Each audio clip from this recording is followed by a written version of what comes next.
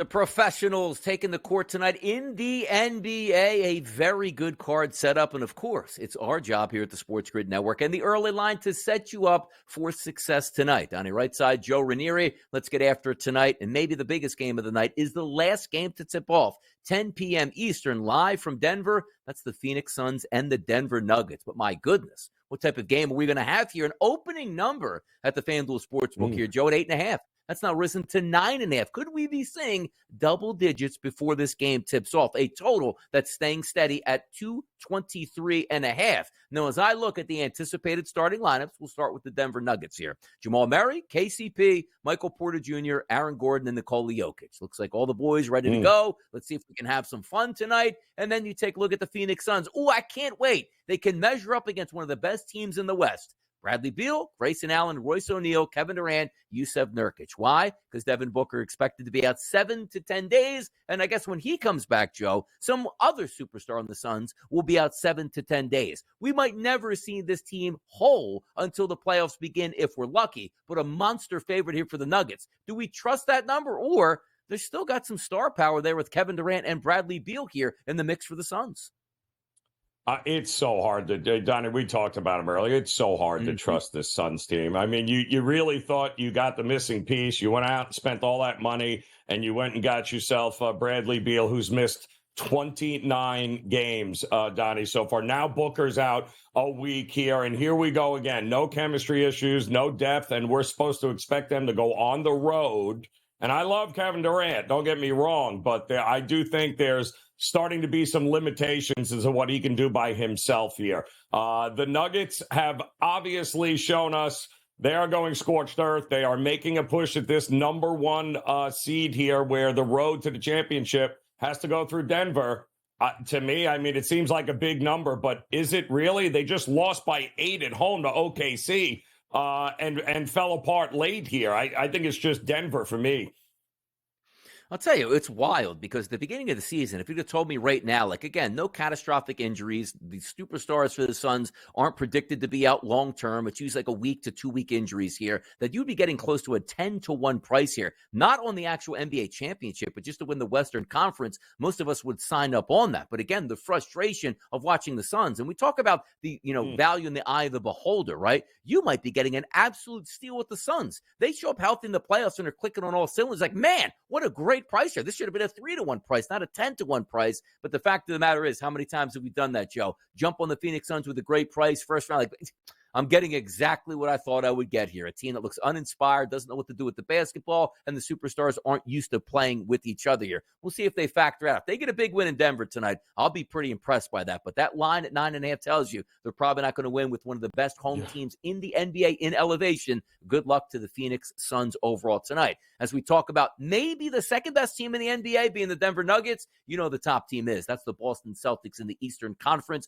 going into Cleveland for a 7:30 tip to take on the Cavaliers tonight. They also a heavy favorite. -6.5 is the opening number. That's now ballooned up to -8 here in the favor of the Celtics. A total that's dropped here, Joe. How about this? 222 down to 215 as we take a look at the anticipated starting lineups. No Spider Mitchell here for the Cleveland Cavaliers. And if we're looking at the Boston Celtics, Holiday, White, Brown, Tatum, and Porzingis, looks like we're full go. Is this a walk in the park tonight here for the Celtics, or the Cavaliers rise up tonight, at least fight and stay with inside that number?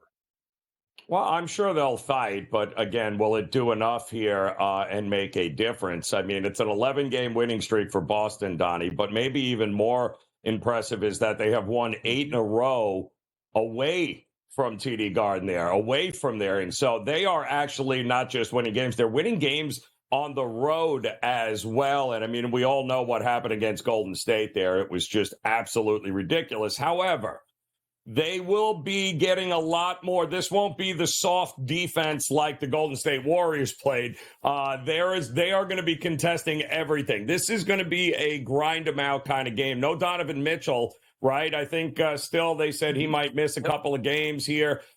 Listen, Boston should win this game, but I do think it's going to be a lot more difficult here than what we have seen recently from the Celtics. I think the Cavs bring it. I think the under is in play here tonight. Yeah, it's a pretty low number as well, but also factor on styles here. What are we going to get out of the Cleveland Cavaliers? Can you get in the track meet with the Celtics? You don't want to do that. So slower tempo might work in their favor, but certainly getting close to 8 points, maybe even 8.5 at some outlets at this point for those Cleveland Cavaliers. Let's move it out here and go down to the state of Texas. That'll be a game between the Indiana Pacers and the Dallas Mavericks. The Mavericks, losers of 4 of their past 5 games, just losing to the Sixers over the weekend without Joel Embiid, but they are favorites tonight at the FanDuel Sportsbook. Opened up as a 4.5-point favorite and currently sit as a 4.5-point favorite. You want tempo? You're going to get some tonight. 247.5 is that opening number at FanDuel, now down to 246. The Mavericks, sooner or later, got to start to turn on the gas. Can they hit that gas pedal tonight, Joe Ranieri? Well, it certainly feels like it should be an over game, right? But both of these teams absolutely need they need a win here. I mean, the Pacers they're losing games to the Spurs. Like, what are we doing? They allowed the Spurs to shoot 54% and 40% from 3. If you do that with Dallas, how are you coming back here? You're not, is the bottom line. So I do think both of these teams are very similar from the standpoint of the coaches are screaming and saying, listen, we're trying to put ourselves in a position here in order to make the playoffs and make a run, but we can't do it if we're not putting on any effort in the defensive side. Kidd has talked about it. Rick Carlisle's talked about it. Will it matter in this game? Well, here's the deal. Whoever gets a couple of stops in the fourth quarter, Donnie, is probably going to win this game. I would much rather be looking at the total and expect the points to be rolling here, especially in the first half, maybe. A little first half over as both teams try to show how dominant offensively they can be. I'm not expecting a big defensive effort, no matter what the coaches say. I think the full game over, too, is in play. Joe, firmly in the playoffs right now in the Western Conference. You're probably going to look at what? The Timberwolves, Thunder, Nuggets, and the Clippers, all within 3 games of each other trying to fight for that top seed. Then you have that second shelf. It's the Pelicans and the Phoenix Suns. The reason I bring that up is because you take a look at the Dallas Mavericks, currently 8.5 games out of the lead in the Western Conference. They're not going to get that, but only a game back from trying to catch the Suns as that 6th seed. I'll ask you this question today with 20 games to go. Do the Dallas Mavericks get out of the play-in round? Is it feasible that they can do that? Like you said, they're not that far out, right? I mean, they entered, yesterday's the game. I think they're just a game behind Phoenix and the Kings, and that's the number 6 seed, right? So 1 through 6 qualify for the playoffs, 7 through 10 have to have the play-in game. The Pacers are in the same thing. The Pacers right now, I believe, are a half a game behind the Orlando Magic for the 6th seed. So both need wins. They got to start racking up some wins. Now, this isn't obvious. This is out of conference. You got Indiana, and this is certainly not a big Western Conference matchup or an Eastern Conference matchup. So when push comes to shove, I don't know how much maximum effort we might get, since it's not really going to matter to where they sit right now. But a win is a win, and both teams need it. And both teams would much rather have the 6th seed than the 8th seed. To the Garden we go. That's going to be the Atlanta Hawks and the New York Knicks. This line opened up at the FanDuel Sportsbook as a -4-point favorite here for the Knicks. Now it's turned into a 3-point favorite for the Knicks. 215.5, another low total. The one guy we know is not showing up tonight, and that's Trae Young. So DeJounte Murray certainly will lead the charge once again for the Atlanta Hawks. We do see an estimated starting lineup for the Knicks, and it does include Jalen Brunson, but certainly that number is going to move accordingly whether or not he plays. Knicks at the Garden tonight after a big-time win where Brunson basically played 30 seconds, and they still won that game in Cleveland. Can we look for back-to-back performances here by Tibbs boys with picking up a win here for the New York Knicks? Oh boy! That's a big ask. I mean, obviously both teams are down star quarterbacks here at this particular point. But DiVincenzo, to your point, Josh Hart, my goodness, did they step up the minute that Brunson went down here? And they're going to have to keep doing it. There's no way around it here, Donnie. These guys are going to have to keep showing up and showing out. It's another game in which the total hovering around that 215 and a half mark, and it's going to be either DeJounte Murray or what for Atlanta here. I don't ever like Atlanta on the road, but I do think they're a better defensive team. At least the numbers show they're better defensively without Trae Young. but they're not as good offensively. That goes without saying. So it's another one of these games where physicality, maybe not a lot of tempo. I'm expecting this thing to go under as well.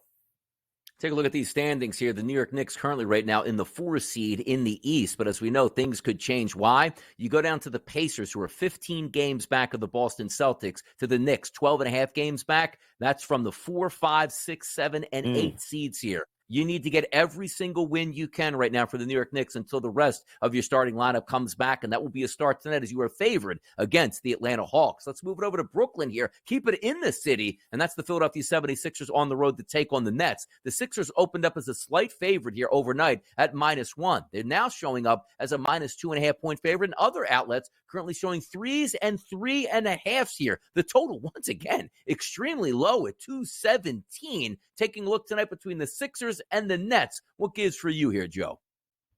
Well, I mean, Sixers playing looking for their third straight win here tonight. And my goodness, what the hell was that, Brooklyn, last night against Memphis? Like, what was that? That was just absolute. You were a 9-10 point favorite, and you got beat by a team that has G League players. Absolutely amazing. Do I trust them to bounce back? Absolutely not. Second of a back-to-back. You've got the Sixers playing much better. I'm not running to the window to lay anything with road teams here, but I mean, current form tells us Sixers, they might have found a little something here finally without their big man. I trust them more than I trust the Brooklyn Nets for sure. Yeah, taking a look here at some of those price points here to win the NBA championship. The Sixers now were 30-1. Last week, now up to 39-1. If we take a look at the anticipated starting lineup tonight, it's interesting for the Sixers here. They signed Kyle Lowry a few weeks back. They actually gave him like a week and a half to ramp up before they even put him on the court, but he's now been in the starting lineup here. Lowry, Maxey, Hield Harris, and Mo Bamba, the anticipated starting lineup tonight. 39-1 price here. We take a look at the Sixers in the standings, just behind the New York Knicks by a half game for that number 4 spot. As we're talking about these teams scrambling, trying to get every single win they possibly can get, which brings me up to the next question. You take a look at the Sixers and the Knicks. You know the team they are right now is not the team that they hope to become playoff time. The Philadelphia 76ers getting Joel Embiid back and healthy for a playoff run would be huge. The same thing for the New York Knicks here as we line up, keeping Jalen Brunson healthy, but also getting back OG Anunoby and Julius Randle. Any one of those two teams, because you get big price points on them, Joe, worth a flyer to trying to turn a ticket into money come playoff time. Would you do that? I'm not opposed to the Philadelphia look here, Donnie. I'm really not. And I think what we're going to see even here tonight is we're going to start seeing them put some things together here with Maxey and Tobias Harris and company. I think they of those teams on the outside looking in, I think they're worth a flyer here because I think they can be dangerous. Teams on the outside looking in as well. Those Miami Heat will be playing the Detroit Pistons tonight as a heavy double-digit favorite. They're close to getting out of the play-in round and into the playoffs, which is going to be huge here. So a lot of teams on that back end of the Eastern Conference that we're looking forward to.